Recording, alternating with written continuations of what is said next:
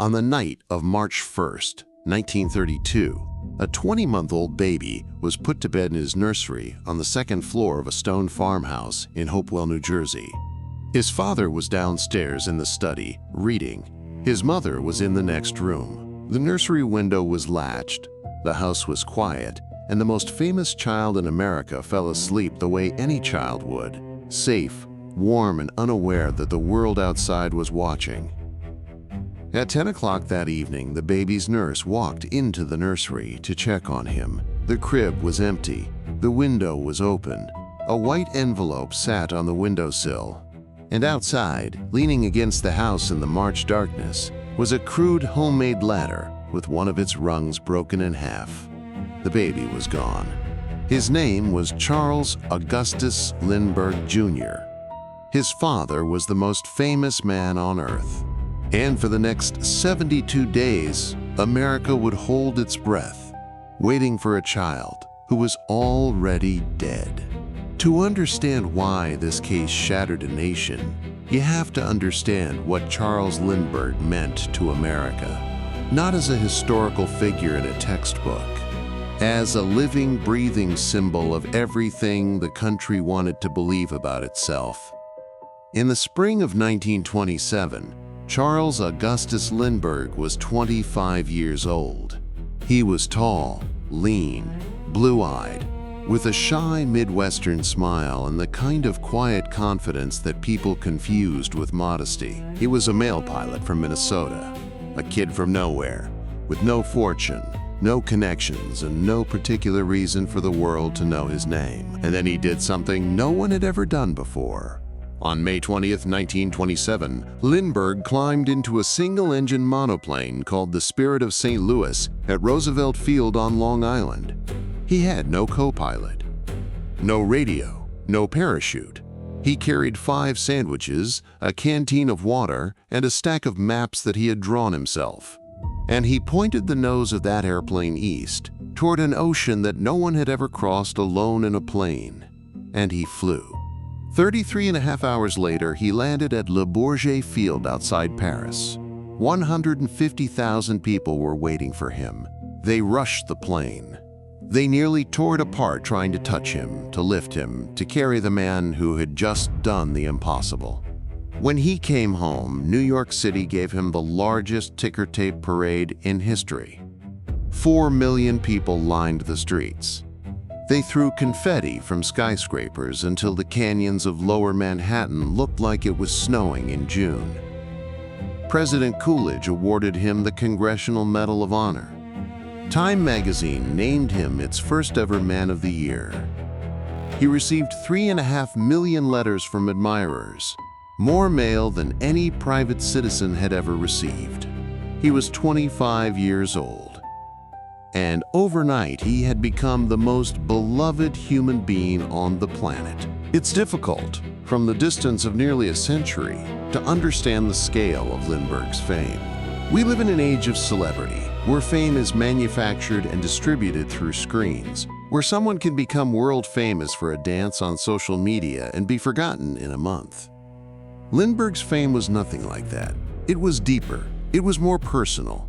It was the kind of fame that happens when an entire civilization decides, collectively, that one person represents the best of who they are. There was no television, no internet, no social media, but there were newspapers, thousands of them, and they put Lindbergh on the front page day after day, week after week, month after month. There were newsreels that played before every movie in every theater in the country, and his face was in all of them.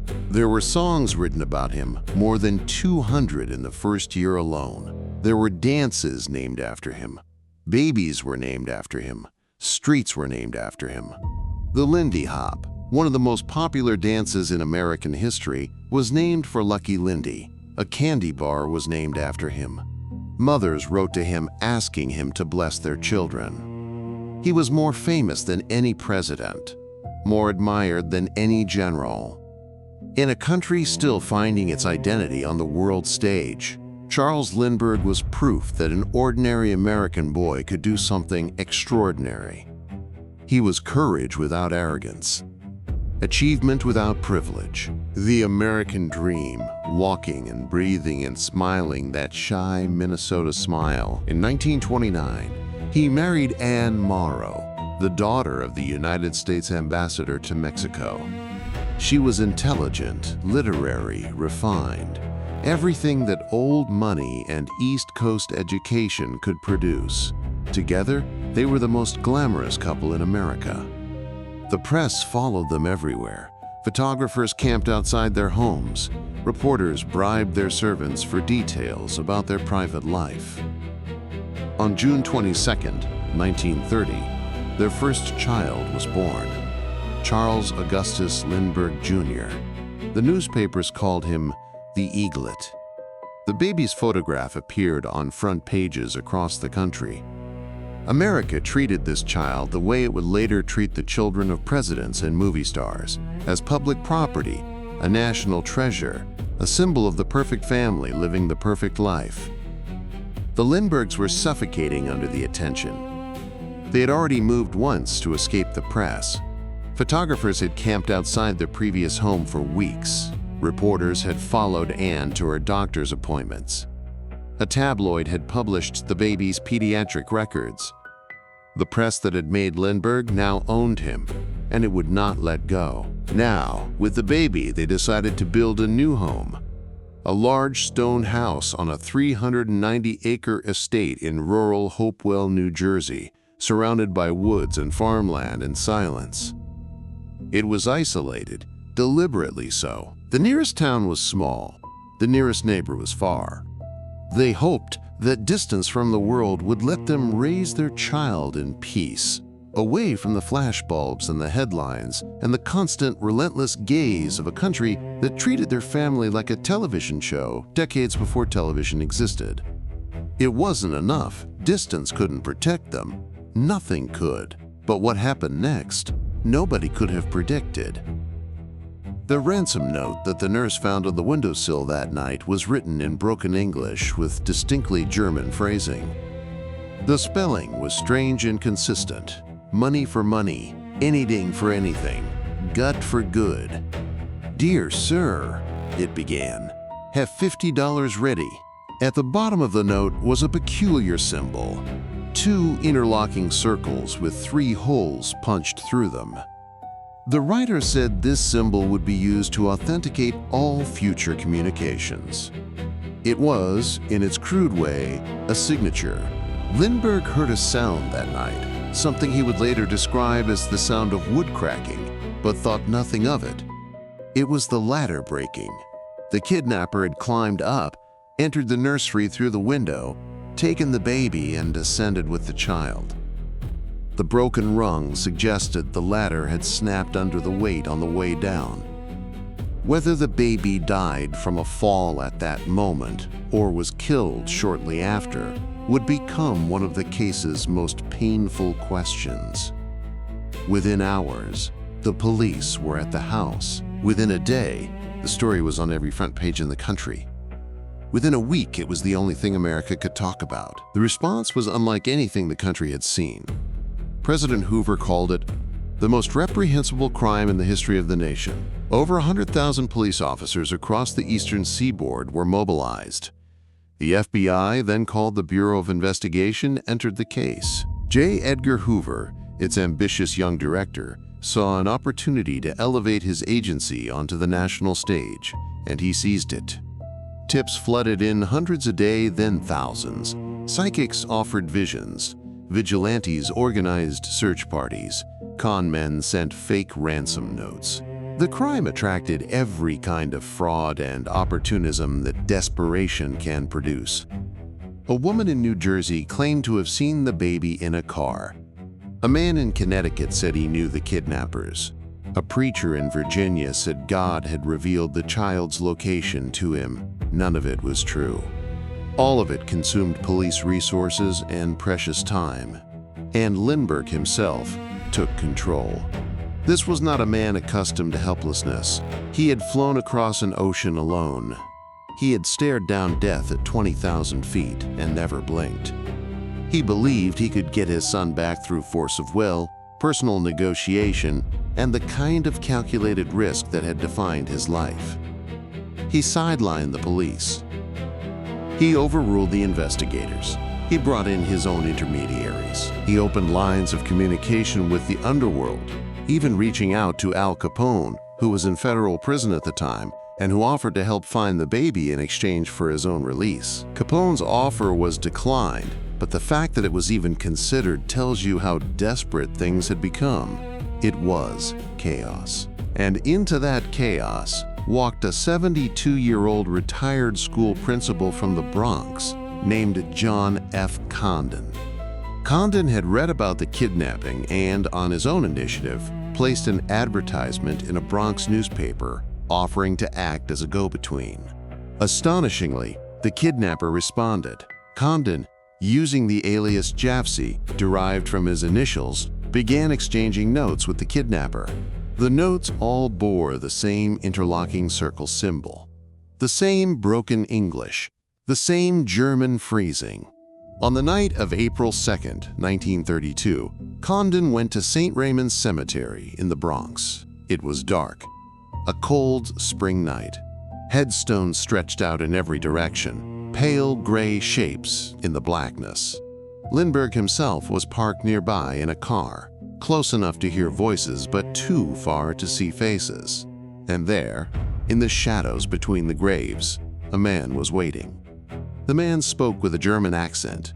He was nervous. He kept looking over his shoulder. Condon handed over a wooden box containing $50,000 in cash, gold certificates, whose serial numbers had all been recorded in advance by law enforcement.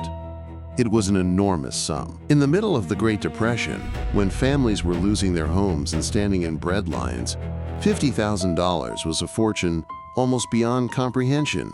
In return, the man told Condon that the baby was on a boat called the Nellie near Martha's Vineyard, off the coast of Massachusetts. Lindbergh himself flew to Martha's Vineyard the next morning. He searched for the boat. He searched the harbors. He searched the coastline. There was no boat called the Nellie. The baby was not there. The money was gone. And Charles Lindbergh, the man who had conquered the Atlantic, had been lied to, cheated, and made a fool of.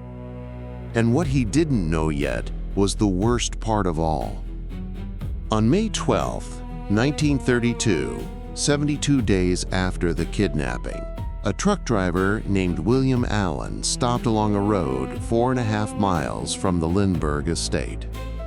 He walked into the woods to relieve himself, and there, partially buried in a shallow depression in the leaves and dirt, he found the remains of a small child. It was Charles Lindbergh Jr. The body was face down. The skull had been fractured. Decomposition was severe. The child had been dead for a long time. The coroner determined that the baby had likely died on the night of the kidnapping, or very shortly after. The broken ladder rung, the fall from the second story, the fractured skull. All of it pointed to the same sickening conclusion. The baby had probably died within minutes of being taken from his crib, perhaps when the ladder broke, perhaps in the fall to the ground below, perhaps in the desperate moments after, when a panicked kidnapper realized that what he held in his arms was no longer a living child, which meant that for 72 days, through all the ransom negotiations, the secret meetings in cemeteries, the coded messages in newspapers, the $50,000 handed over in the dark, the kidnapper had been negotiating for a child who was already dead. He had taken the money knowing he could never deliver what he had promised. Every note he wrote, every meeting he arranged, every instruction he gave was a performance, a con. Conducted over the body of a dead baby, the news broke across the country like a physical blow. People wept in the streets. Churches held services. Newspapers that had spent 72 days printing hopeful headlines. Police confident baby is alive. Lindbergh believes son will be returned. Now printed one word in enormous type: dead. America's baby was gone, and now America wanted blood. But the case went cold. Weeks turned into months. Months turned into years. The serial numbers on the ransom money were distributed to every bank, every business, every gas station in the New York metropolitan area. Police waited and waited. 2.5 years passed.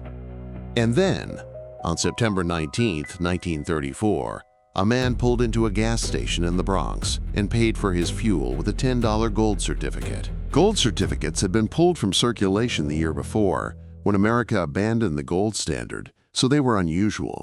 The gas station attendant thought it was suspicious and wrote the customer's license plate number on the bill. The serial number matched the Lindbergh ransom money. The license plate belonged to a dark blue Dodge sedan registered to Bruno Richard Hauptmann of 1279 East 222nd Street, the Bronx. Hauptmann was a 35-year-old German immigrant, a carpenter by trade. He had entered the United States illegally.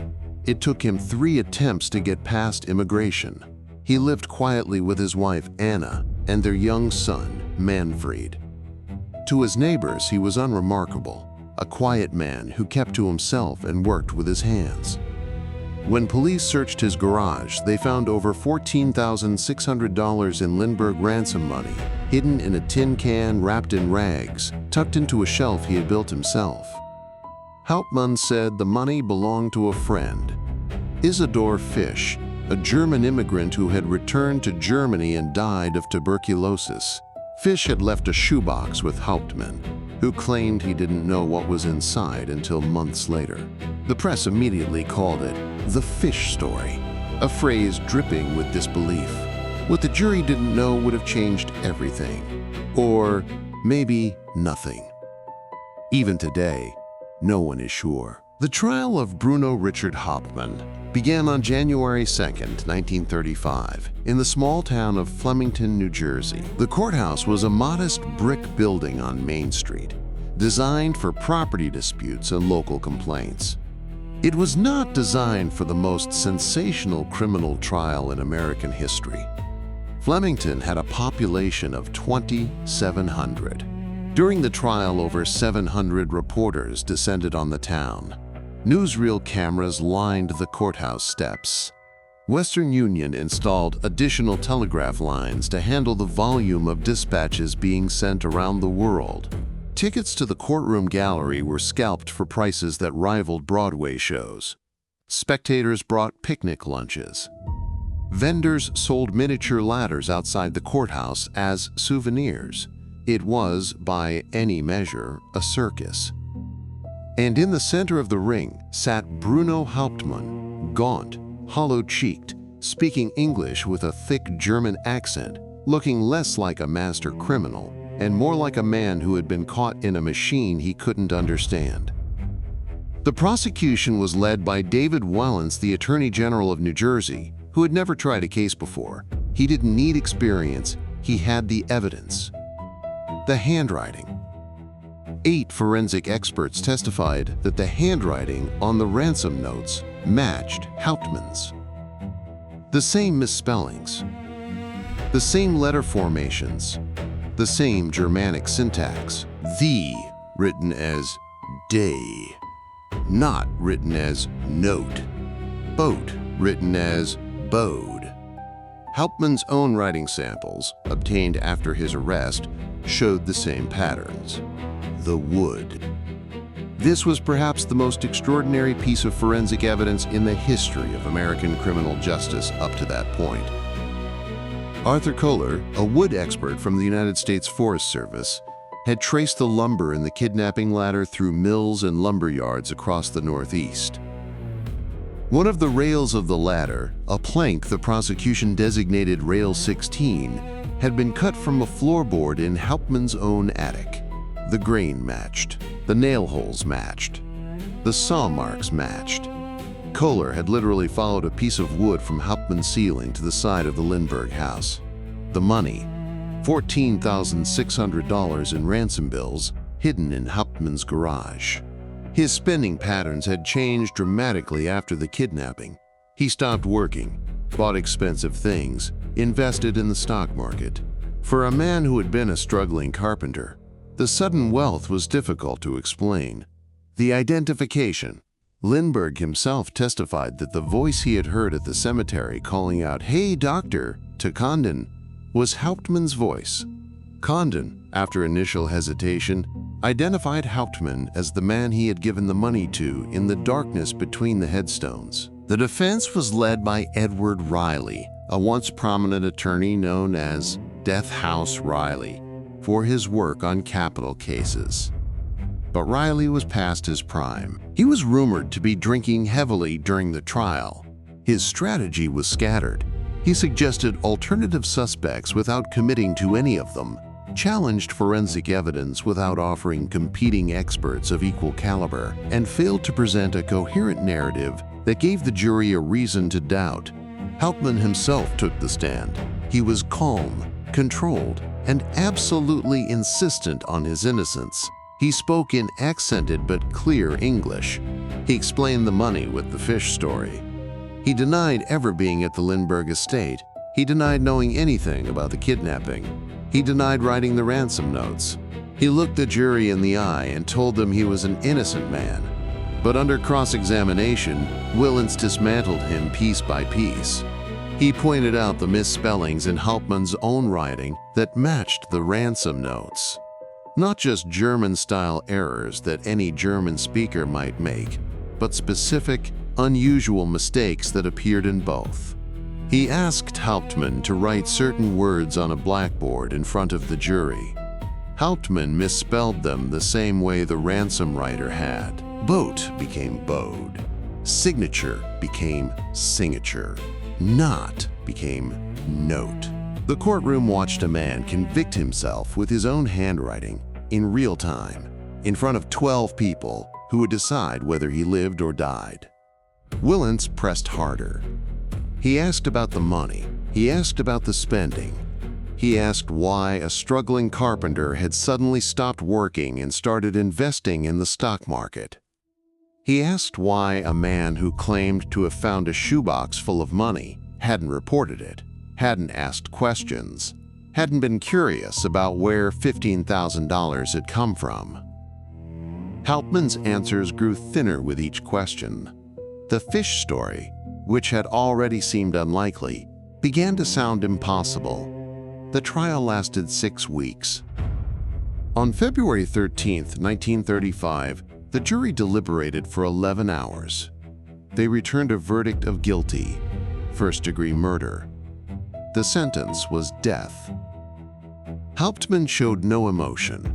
His wife, Anna, collapsed. The appeals process lasted over a year. The governor of New Jersey, Harold Hoffman, personally investigated the case and expressed doubts about Hauptmann's guilt. An extraordinary and controversial move that nearly ended his own political career. Hauptmann was offered a deal: confess, and the death sentence would be commuted to life in prison. He refused. He said he would rather die than confess to something he didn't do. On April 3, 1936, at 8:44 in the evening, Bruno Richard Hauptmann was executed in the electric chair at the New Jersey State Prison in Trenton. He was 36 years old. Outside the prison walls, a crowd of several hundred people waited in silence. Some had come to see justice done. Others had come because it was a spectacle, and America in the 1930s had a complicated relationship with spectacles. His last words were a declaration of his innocence. He had been offered his life, a commutation to life in prison, if he would confess. He refused. He said he had nothing to confess. He said he would rather die an honest man than live as a liar. Whether that was the truth or the final performance of a man who had run out of moves, no one will ever know for certain. Anna Hauptmann spent the next 58 years of her life trying to clear her husband's name. She filed lawsuits against the state of New Jersey. She petitioned governors and attorneys general. She wrote letters to newspapers, to politicians, to anyone who would listen.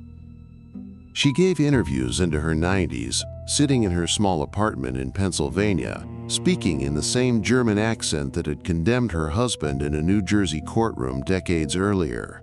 She never remarried. She never stopped fighting. She died in 1994, at the age of 95, still insisting that Bruno was innocent. She never wavered, not once, not in 58 years. And this is where the story refuses to close, because for nearly a century, serious people, historians, criminologists, forensic experts, journalists, have raised serious questions. Was Hauptmann really alone? The latter was heavy. The operation required knowledge of the Lindbergh household schedule, the layout of the estate, the nursery's location. Could one man, working alone, have done all of that? Several investigators believed there had to be accomplices, possibly someone inside the Lindbergh household. Were the police entirely honest? The Bronx police were under enormous pressure to solve the case. Some historians have suggested that certain evidence, particularly the attic floorboard, may have been manufactured or manipulated. The chain of custody on some items was questionable. Was the trial fair? The media frenzy made an impartial jury nearly impossible. Hauptmann was a German immigrant at a time when anti-German sentiment was already rising in America. His accent, his foreignness, his inability to communicate fluently in English, all of it worked against him in ways that had nothing to do with evidence. And then there is the most unsettling question of all. Hauptmann never confessed.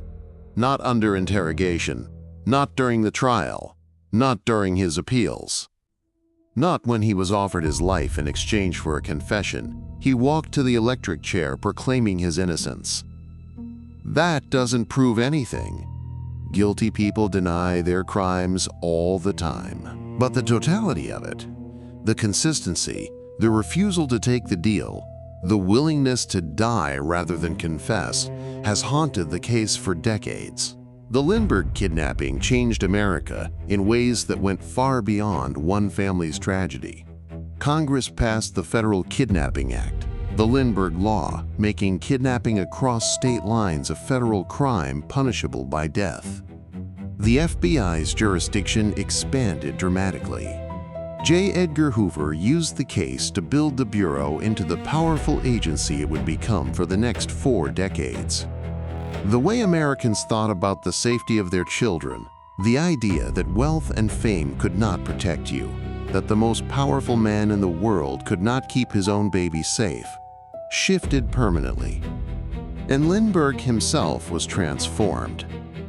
The golden boy who had flown across the Atlantic, the shy kid from Minnesota who had conquered the sky and won the heart of a nation, became something darker and more complicated. The kidnapping and the circus that surrounded it had broken something in him, his faith in the press, in the public, perhaps in America itself. He and Anne left the country in 1935, moving to Europe to escape the attention that had, in his view, killed his son. And then he did something that would have been unthinkable for the man America had loved. In the late 1930s, he became a leading voice of the America First movement, arguing passionately against American entry into World War II. He visited Nazi Germany 3 times. He accepted a medal, the Service Cross of the German Eagle, from Hermann Göring himself at a dinner in Berlin. He made speeches that many considered anti-Semitic, warning of Jewish influence over American media and government. The hero became a controversy. The symbol of American courage became a symbol of something far more troubling. After the war, he partially rehabilitated his image through conservation work and writing, but the stain never fully faded. And decades after his death in 1974, it was revealed that Lindbergh had maintained 3 secret families in Europe, with women in Germany and Switzerland, fathering at least 7 children that the American public never knew about. The man who couldn't protect one child had been hiding others across an ocean, living double and triple lives that made his public image of the grieving father seem, at best, incomplete. The Lindbergh case asks a question that America has never been comfortable answering, not whether Bruno Hauptmann was guilty, though that question remains open. but whether a nation that worships its heroes is capable of seeing them clearly. Whether the fame that lifted Charles Lindbergh to the heavens also made his family a target. Whether the same newspapers that made him the most beloved man in the world also drew a map to his baby's window. And whether justice, in a country driven mad by grief and fury and the desperate need for someone to blame, can ever be truly blind. Bruno Hauptmann went to the electric chair insisting he was innocent. Anna Hauptmann died insisting her husband was innocent. The latter is in a museum now. The ransom notes are in an archive. The estate at Hopewell was torn down decades ago, and the question remains. 90 years later, the case file is still open. Not officially, the state of New Jersey considers it solved, but in the minds of historians, in the arguments of legal scholars, in the pages of books still being written about that night in March, the Lindbergh kidnapping has never been fully closed, because some crimes are too big for a single verdict, and some questions are too uncomfortable for a simple answer. America wanted someone to pay for the death of its most famous child. Someone did. Whether it was the right someone, that is the question this case left behind. And 90 years later, in a country that still names laws after the Lindbergh baby, in a world that still argues about the evidence and the ladder and the handwriting and the man who went to the chair saying he didn't do it, no one has answered it.